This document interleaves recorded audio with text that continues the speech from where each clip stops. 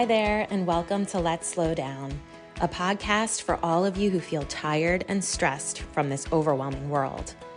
Here we'll have fun, inspiring conversations about living life on our own terms and explore ways to ease the pace of our modern world, because life really is good when you're relaxed enough to be present for it.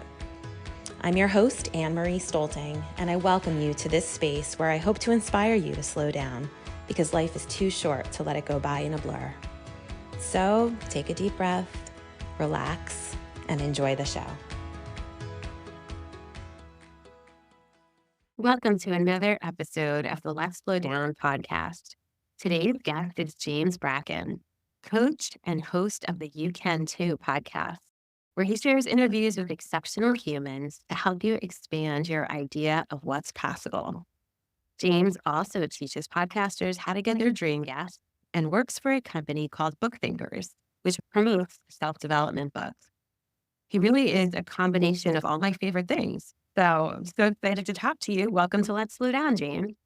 Thank you for having me. I'm excited to talk to you as well. We chatted not too long ago. So much synergy. I'm excited. I think we're gonna have an amazing conversation. Thank you for having me on.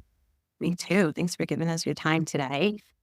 Let's start by just hearing a little bit about who you are and how you got into this interesting line of work. Yeah, a loaded question because it was something that I never expected to come down this path, if I'm honest with you. I guess I'll start when I invested into a coaching program because that was really like the pinnacle of getting down into entrepreneurship, personal development, and everything in between. When I got out of high school, I realized I did not want a normal job. I mean, I saw so many people struggling, looking forward to Friday, and that always scared me. We already sleep most of our life. Taking that on and even more and just looking for 2 days out of the week, it really terrified me. And fear is a great motivator. And so when I graduated high school, I thought I'll be a real estate agent because that's something that will give me time freedom and a different kind of lifestyle. And I got in tune with a team. I was going to become a real estate agent for like 6 months straight. All I did was take the course and everything. By the time I turned 18, I realized I didn't want to be an agent.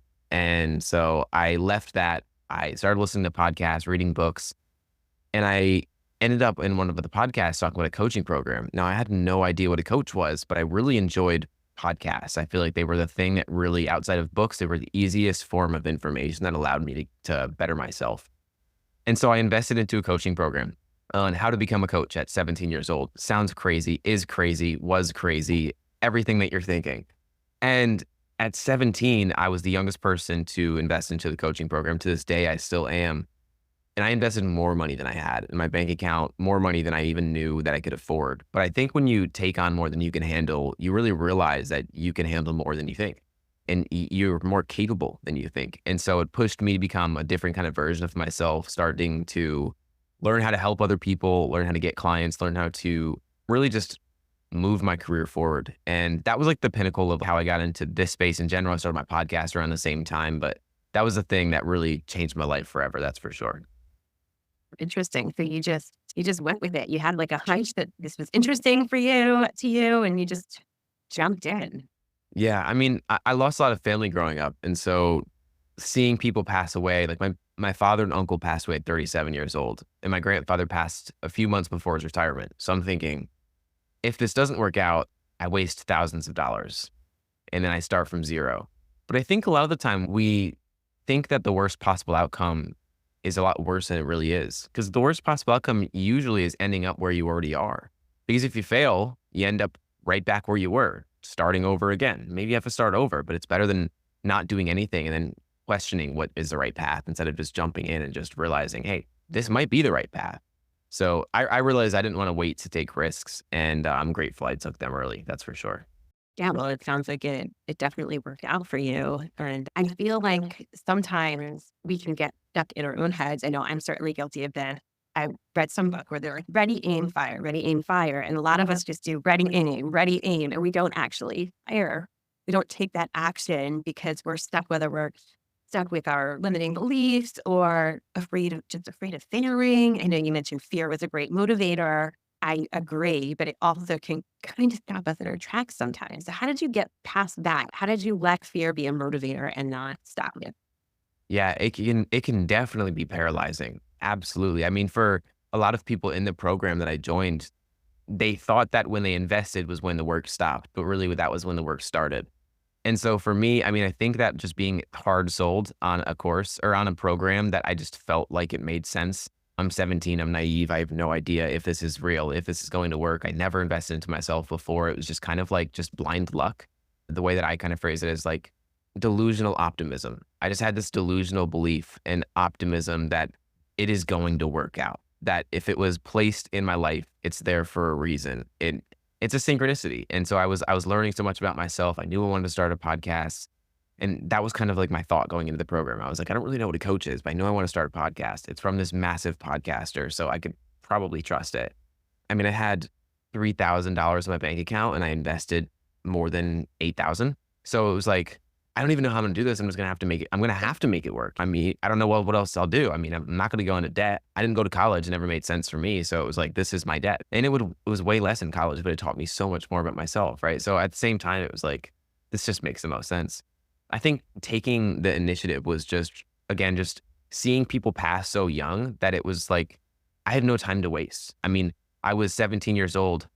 37 is like this number for me that like when I hit 38, it's going to be such a massive thing because my father and uncle passed at 37. It's such a weird number, but it's ingrained in my brain that that's going to be just a milestone for me in a weird way. And so I feel I just had to take the risk. And I think a lot of people don't. I just saw that too much. And I'm just thinking, why wouldn't I? Yeah. Yeah. I mean, that was my motivation with the podcast too, with Let's Slow Down, because I found myself basically at the age of 37 or so, like, oh my gosh, how did I get here? Life flew. What just happened?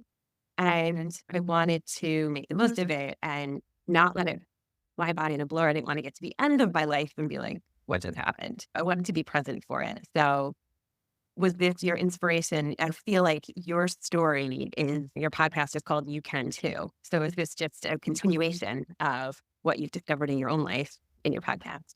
Yeah, I think for me, it was like almost like a mantra I told myself of some sort. And so when I thought about making a podcast, there was no other name other than that. Like I just felt like that was the name.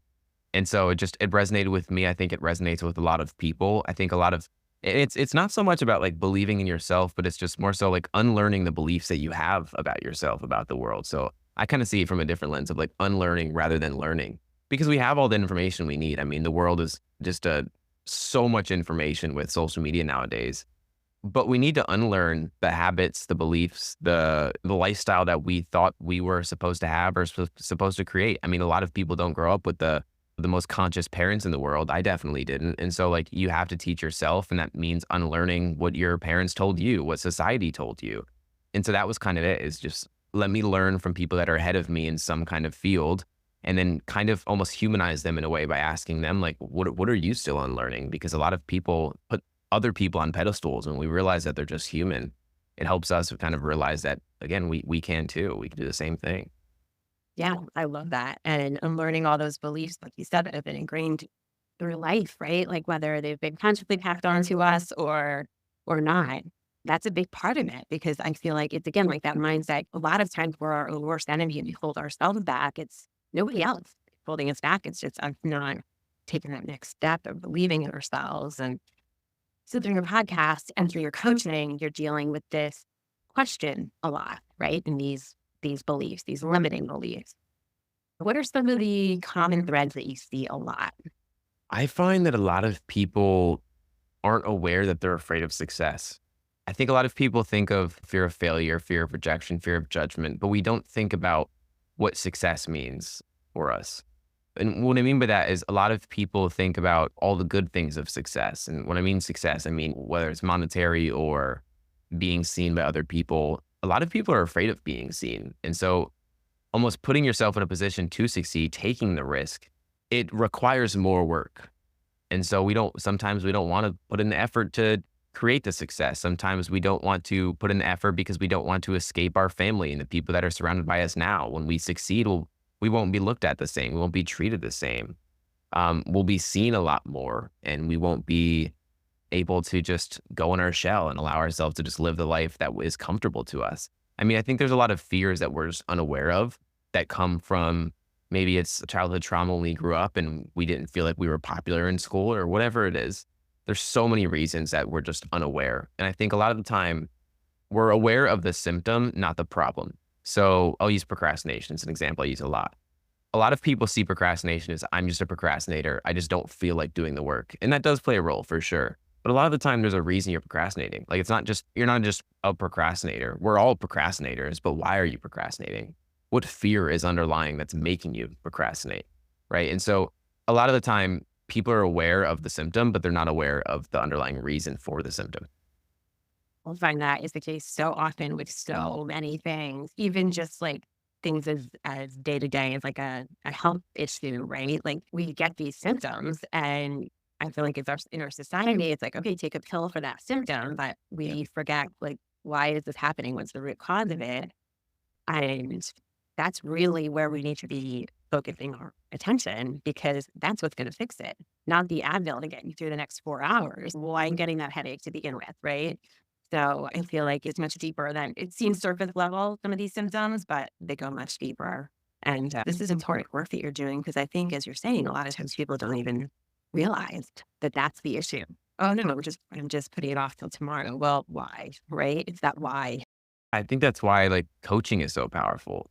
We can have all the self-awareness in the world, but if we don't have someone outside of ourselves challenging us, asking those tough questions that we don't want to ask ourselves to actually get to the root of the problem, we're going to be facing the same problems. It's like, why do we do what we know we shouldn't do for so long, even though we know that there's a better route to do something? Or why do we keep doing things that we know aren't good for us? It's like, well, let's get to the root of why it's happening. Where did it stem from to begin with? Why did you start it to begin with? What I mean? And so when we get to that, that's when we can really make sustainable change. That's why most people deal with the same problems throughout their life because they never get to the root. There's a lot more fear there getting into the meat of the problem. And a lot of it comes from childhood, unfortunately, but we just suppress it and push it away and we don't face it.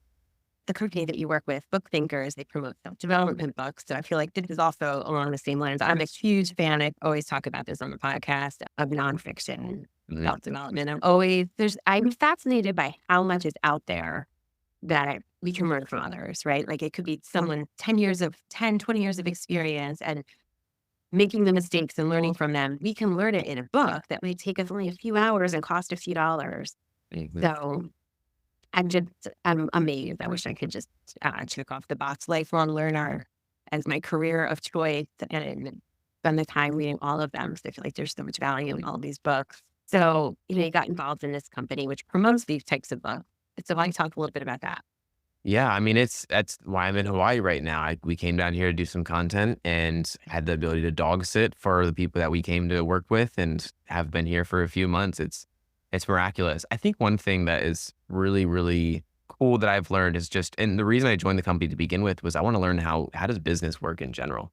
Like I'm running my own business, I'm coaching people, but how does a business work in entirely and learn from someone that's a few steps ahead of me? And it's like I'm being paid to learn in a way because I'm learning about business. I'm learning about from these people that we get to work with. And there's so much that I've learned. I think one thing that's really top of mind for me recently, and maybe it's being here in Hawaii and taking things a little bit slower, slowing down, is we have to find some kind of harmony with being and becoming. I think in the social media world and reading books, we're always becoming, but we don't really put too much effort in being and just allowing ourselves to be where we are. We almost like we're rushing to get to a certain place. And I've definitely found myself doing that. And so just always trying to consume more and more and more sometimes is detrimental. Yeah, we were talking about procrastination, and I have noticed that sometimes I use that as a form of procrastination.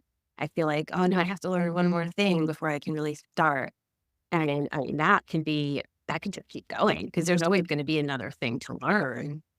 So I noticed that not too long ago, actually. I think I'm actually using this as a way to procrastinate a little bit. So it's kind of embracing that growth mindset and wanting to always learn and develop and grow, but also knowing that, as you said before, like we already have all the information that we need. We have that. We have to trust in ourselves that we can just be, and that's enough.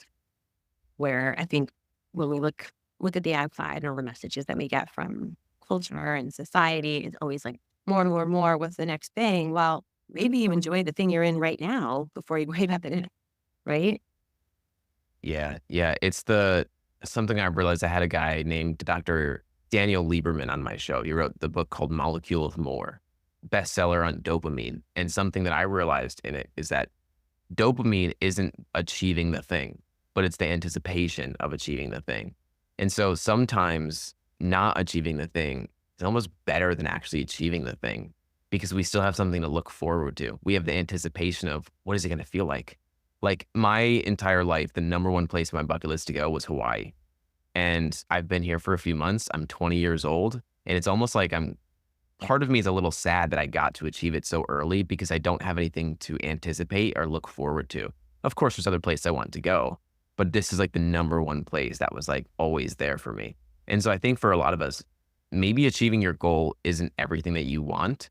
You may have that feeling, that thought that you do, but a lot of the time, just allowing yourself to be where you are and find joy in that is some of the hardest work that we have to go through. And most people truthfully never do it. I agree. It's incredibly hard. It sounds so simple when you say it out loud, but it is so challenging. Yeah. What are some ways that you find yourself able to do that? I think one big way is prioritizing not working. And weird enough, like experiences, like there was a period of my life when all I did was work. I did not have experiences. I didn't go out. I didn't do hikes, nothing like that. I was like, I'm just fully focused on my career. And since I've been here, I'm not thinking about having every hour blocked off. I'm not thinking about having a specific time to wake up. I'm not thinking about I need to work until then.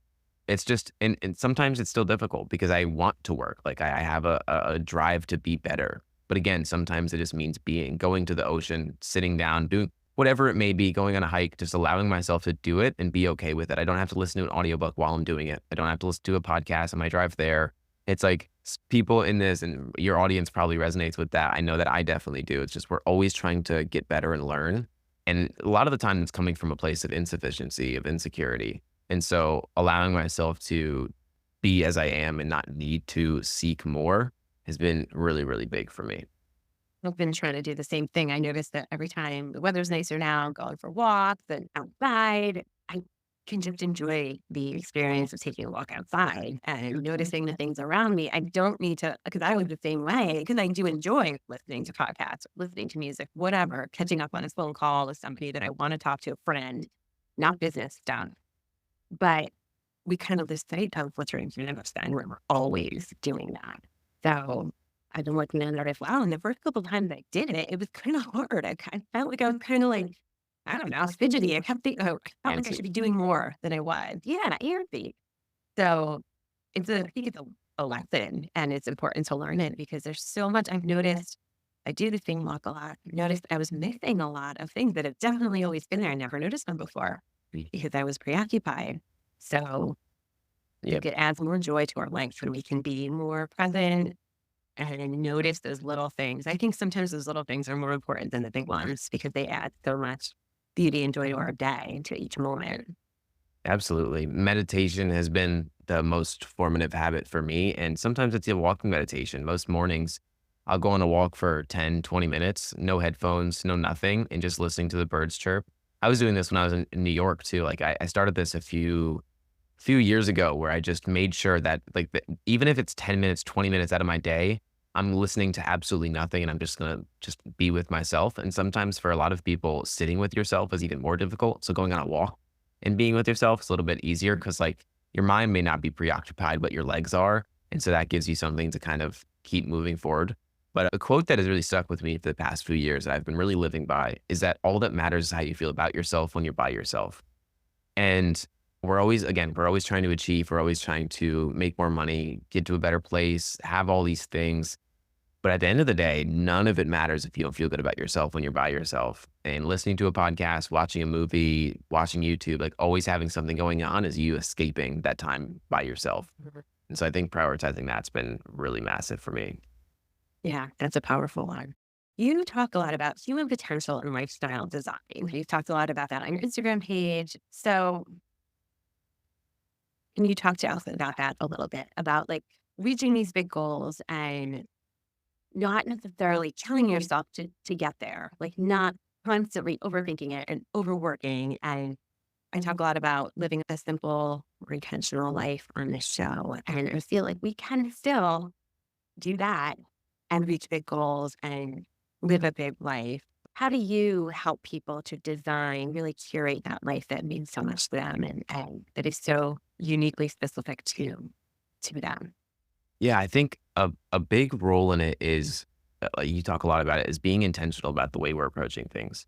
I think a lot of people, and I was one of these people, we go at things with this obsession. And I think obsession is a good thing to some extent. There's going to be times, periods of life where you're obsessed with something and you just can't stop. You're going to work till the end of the day, starting from the beginning of the day, and you're excited like no other. But there's a lot of times when you're not in that season of life and you still want to pursue goals, but that is more draining than it is exciting to you. And I think being intentional about it is just going through your day with an idea of your day, your week, your year, of what it's going to look like, instead of just going in and thinking, yeah, I'm gonna do some work today, but I have no idea what that's going to be. Yeah, I want to achieve some goals, but I have no idea what the actual actionable steps are to achieve those goals. The thing that I've realized with every single client is it's not so much about achieving the goal, but it's more so what are the actions that are going to achieve that goal. So instead of focusing on having any kind of attachment to the goal you actually want to achieve, let's have an attachment to the actions that you have to take, because that's the only thing that you can control. You can only control the actions that you take. You can't control the results that you get. You may think that you can, but you can't, because as much action you're going to take is going to increase your likelihood of getting the result that you want. So I think a lot of it is just being really intentional about the actions you're taking, making sure that you're moving the big levers and not the small things that don't have much of an impact. Because a lot of the time we go for the small things rather than the big things, because it's a lot easier to get those things done. There's a lot less resistance and pressure on the small things. But like really working on the big major things and holding people accountable to doing those things, getting to the reason why they're avoiding those things is often the biggest part. And so I think what I found coaching is, in like two simple words, is clarity and accountability. I'm helping someone get clarity on why they're holding themselves back, clarity on what is the perfect approach or the right approach forward for them that allows them to enjoy life while also moving towards their goals. And then the accountability to just show up every single day to make it happen. Because again, like we've said plenty of times throughout this podcast, I mean, we know what we need to do. We just get in our way of doing it. And every single one of us needs someone outside of ourselves to be a better version of ourselves. There's no way around that. We just can't help ourselves be the best version of ourselves, because we will always lie to ourselves. We can't lie to ourselves deep down. We know we're lying to ourselves, but we can make these excuses and we can tell ourselves these stories about what's real, what's not, why we aren't doing the thing, and make ourselves feel better, all of that. But we all need someone outside of us to help ourselves be better. Yeah, it definitely helps, that support and the accountability. And I think along the same lines you had mentioned, I had seen something on Instagram where you talked about deadlines. Like if we give ourselves, I don't know, a week to do something, that's going to take a week. If you give yourself a year, it's probably going to take you a year. Yeah. And I thought that was really interesting. I never really thought about it before, but I think there's a lot of truth to that. You must see that a lot working with entrepreneurs. Yeah. Parkinson's law states that work expands to fill the time allotted to it. So if you give yourself more time, it's going to take more time. There's a cleaner at the house right now. She gives herself 3 hours. She gets it done in 3 hours. But if you gave yourself a whole day, it'd take you a day to clean the house. You know what I mean? So that's a great example of just cleaning. But like that's for the same task that you have to do. A lot of the time when I have to do really important work and I know it's gonna be something that I'm probably trying to avoid, I'll set a meeting. So like the most important work that I had to get done was done before this conversation. It's 9:30 in the morning, because I knew, and we started this at 9, I knew that I had a podcast with you. And so I'm like, okay, I know that after the podcast, I might not want to work for the rest of the day if I don't want to. I'm going to get done the most important thing before something important, because it's not rushing, but it's just, again, being more intentional and putting yourself in a position to push it so that you can be more intentional because you have something coming up. That's a really big way, something that's helped me. Love that. Sometimes those little ways of approaching tasks are huge for you being efficient. And then another one that I had heard of that I'll share here is the Pomodoro technique. And it's basically setting a timer and giving yourself 25 minutes where you are focused and working, and then a 5-minute break. And I find that to be really helpful too. You have to be in that right mind frame. Like, all right, I'm going to shut my phone off or put it in another room. I'm not going to have any distractions. I'm going to be intentional with my time for the next half an hour. And it's incredible what you can get done in that short amount of time when you're focused and clear, that clarity that you were mentioning. I don't want people to get the wrong impression that I'm like, oh, you have to be so productive and so efficient. But we all have things that we absolutely have to get done, whether we want to live a slower lifestyle or not. This is a way I actually find like this is a way to be able to do that even more because you can check those boxes. Like you said, you can be finished by 9:30, 10 o'clock, get the bulk of those really important things done. Then you have more space to use as you wish or as you feel up to it in that day. So I think it can help time expand a lot of times. Yeah, we're creative people. We're not supposed to be working from 7 in the morning till 7 p.m. We're just not. We're not going to work the best that we can. We're not going to be intentional. I can't remember who it was that said this, but he has a podcast or YouTube channel, whatever it is. He says that if he's working more than 4 hours a day, he's failing. And it's funny because it's like the opposite approach to hustle culture. But it's like if he's working 4 hours a day, that means he's working on high leverage activities that allows him to work 4 hours a day. And the rest of the time is allowing him to recharge his mental energy so that when he goes to do it again, he's working full in alignment with that. And I find I'm kind of like that myself too. I mean, like most days, 1 p.m., 2 p.m., I don't feel like working anymore. And I'm not going to put pressure on myself to need to work because hustle culture just is not something I subscribe to. I mean, I definitely have in the past. And there's still days where I feel like I need to be working all the time, but I'm really unlearning that now is I don't need to be that way. Seeing what other people see as success doesn't have to be success for me. I get to choose what success is. I couldn't agree more. And I've been unlearning the same. It can be hard sometimes. We know what we truly believe and feel in our heart. But then when we step outside and we open our eyes and just look at everything around us, we kind of feel like, are we doing something wrong? Like, how come I'm not still working? Or how come I'm not just constantly grinding and hustling every single minute? And it really is an unlearning process because even if you do stop or want to talk, it's like, okay, well, now what? You almost feel like, well, what am I supposed to be doing? Or feel a little bit of that guilt. And I'm trying to really highlight that in our society that it's okay to not always be busy, going, consuming. It's okay to stop those things. And we have to give ourselves permission to slow down and to just enjoy what's around us. And I feel like we constantly have to be striving for the next level, for more. Yeah, absolutely. We're all looking for our best day ever. Like we have this like idea in the future of like this best day, this pinnacle place I'm trying to get to. What if that was like where you are right now? And the idea that there's something in the future that's supposed to fill that hole is what's pushing you away from actually enjoying what is actually happening right now.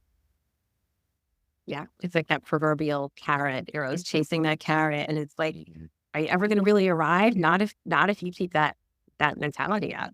Yeah. You have to allow yourself to arrive here, like you said.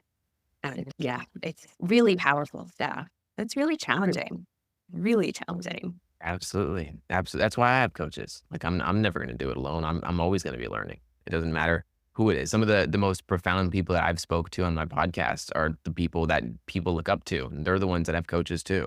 I mean, if you ever stop learning, like, why are you here? What's the point of living if you think you're a finished product? There's never going to get to a point where you are.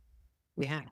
So speaking of some of the people on your podcast and your coaches, I love that you're constantly learning and growing too, and that you have that mentality. You've had some pretty impressive guests on your podcast. So you've had an opportunity to really talk to a lot of interesting people. I think the most notable person is Seth Godin.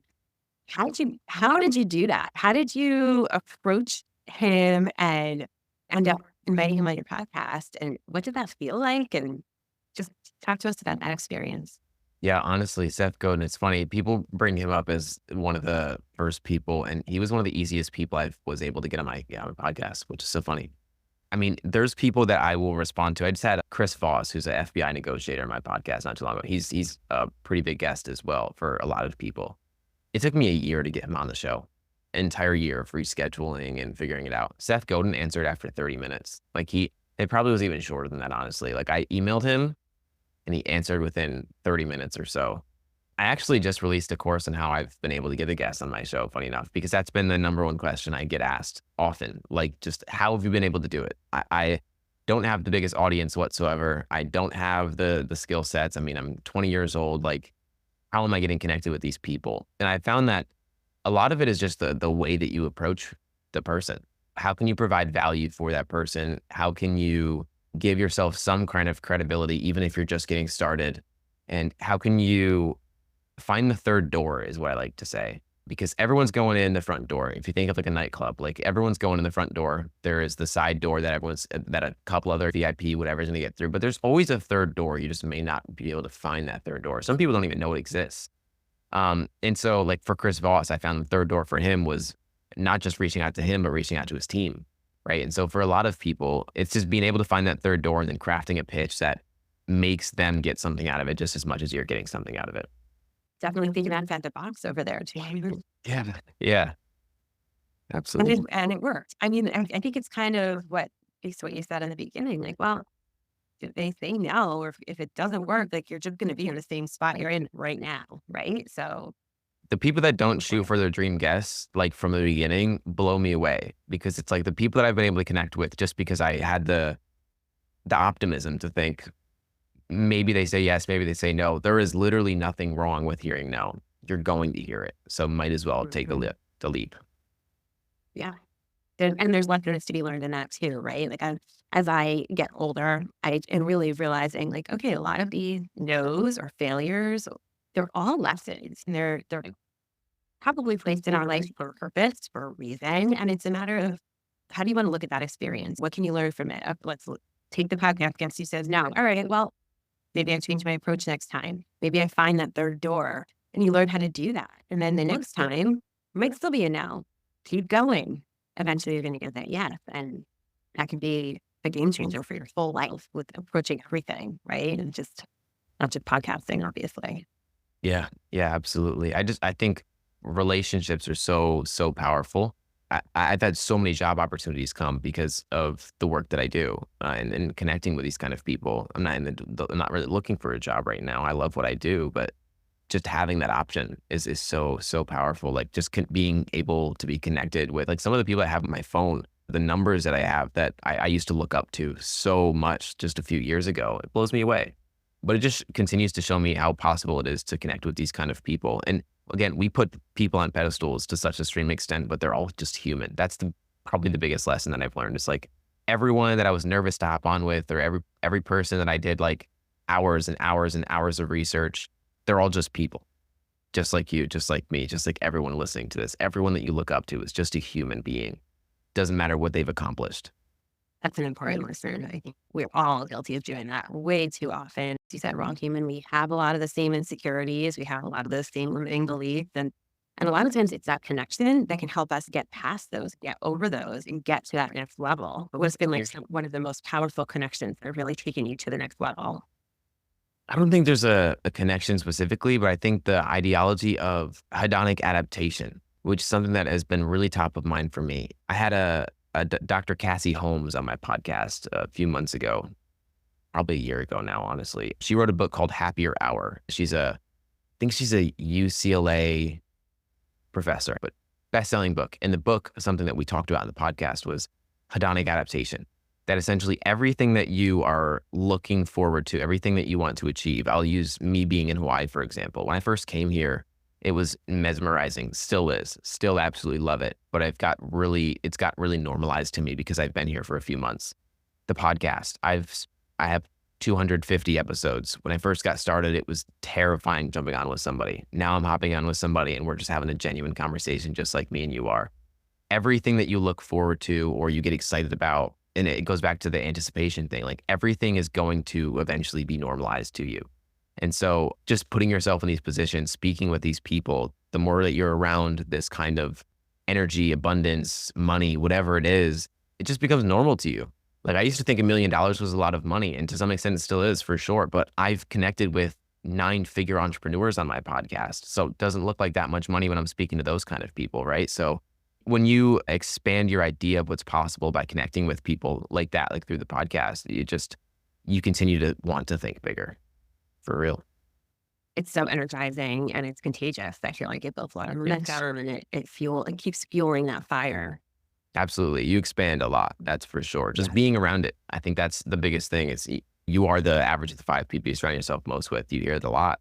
But I think just in general, when you increase your proximity to people, you increase your belief in yourself because you start to see what is possible. And then you start to see, well, if this person can do it and I'm surrounding myself with them, well, why couldn't I do it? And I think that transfers in every aspect of life. Absolutely. It's amazing what we can accomplish. I mean, like you were saying, originally you didn't really see your life going this way, and we can't predict this stuff. And I think that that's some of that's when we let go and don't try to plan everything. Like I know that we have to have goals and general ideas of our life, but when we let go a little bit and just sort of let things unfold and see what comes up, like you've mentioned, at least job opportunities, you weren't looking for them. Like if we allow these opportunities in and we're open to it, it is really kind of cool what comes up and what life turns into for each of us. Yeah, I think we just have to be open about things, being open, like to receive things. Like believe that opportunities are coming your way. You're going to start seeing those opportunities more. A lot of people are pessimistic and don't believe that life is working out for them. Life is against them. Like it's coming down on them. I definitely felt like that growing up. And then I realized like I can choose to believe that opportunities are coming my way, and my reticular activating system, the part of my brain where it's going to pick out things that I choose to believe, I'm going to see it a lot more. And I think a mindset that I've lived by is that I don't know. I just don't know. We all feel like we know what's going to happen. We know what our life's going to turn out to be. We know like everything. I could never predict that I would be in Hawaii at 20 years old. Never. Never would I have ever thought this would happen. I don't know. And I think being open to receiving everything that is possible is believing that I just don't know. And a lot of us have this certainty within ourselves, within the world that we know, but none of us know. None of us know. We have to have the humility to realize that. Yeah. Well, that can be a tough one as we become adults because we feel like, well, I'm an adult now. I'm supposed to know. I should know. I start to feel bad about ourselves if we don't know. But even the person who thinks yep, I am 100% sure this is going to happen, this is going to happen, life is going to throw them a curveball and all bets are off at that point. Yeah, absolutely. None of us know. And it doesn't matter what you've done or what you've accomplished or how certain you were in something happening and it happened. You don't know what's next. You have no idea. No idea. So true. You are wise beyond your years. I I can't wait to appreciate see what you're like when you are in your 30s and 40s because you have a lot of wisdom to share already in your 20s. And it's been a lot of fun talking to you today. I'd like to wrap up by just hearing a little bit about what your favorite ways are right now to slow down your life and be more intentional. This may be counterintuitive, but slowing down has been running for me, weirdly enough. Walking has been the biggest thing in my life that's just really helped me connect with myself. I remember growing up, I would have a tough time sleeping. So it'd be 2 a.m. and I would go on a walk for like hours because I just couldn't sleep. I'm like, I'm just going to go on a walk. After school, I would go on a walk. I would always like walking is something that I've strayed away from it from posting on my story about it. But on Instagram, I used to like every day, it was like, that would be my reminders, go on a walk. That's all I cared about. And so running recently has been a passion of mine I've been trying to get into because I think I've always been a gym goer, but getting into like running, the endurance requires a lot more willpower to just like keep going when your mind's telling you to stop after a mile, after 2 miles, after 3 miles. So that's a way of disconnecting and just allowing myself to just be. But that's walking, running, going on hikes, just getting out into nature a lot more. And that's been spectacular for me. Especially where you are right now, right? You're in Hawaii. So Oh, yeah. take Oh, yeah. advantage for sure. I think nature is like the best medicine in the world. I think it's the answer to so many of our problems and can just be so beneficial. And if we're lucky, it's available to all of us and it's free. It's easy. You could finish this podcast or maybe you're listening to this podcast while you're in nature as we talked about. But it's always there just to remember what's right in front of us and to really take the time to enjoy all the beauty in our world. It's huge. And I hope that everybody listening to this episode today will take that. We'll leave with that today. Just go enjoy nature, get outside for a few minutes, no matter what the weather, and enjoy all the calm that can bring you. Absolutely. We're meant to be in it. That's for sure. And I'd say meditation on top of that. Meditation has been, because it's great walking around. It's great running around, being in nature, but can you actually just sit with yourself? I think that's the biggest challenge for 99% of the population. Can you just sit with yourself? Practicing that has been the biggest thing for me. Love it. That's great. James, you've been so much fun to talk to. You have a very interesting Instagram page, so I'll make sure all of that is linked in the show notes so everybody can find you. But thanks for taking the time to talk to us today. Thank you for having me. I hope you've enjoyed our journey together. Please take a moment to rate and review the show. It really helps us grow and reach others looking to slow down too. Wishing you simplicity and ease in your world, and I'll see you back here next week.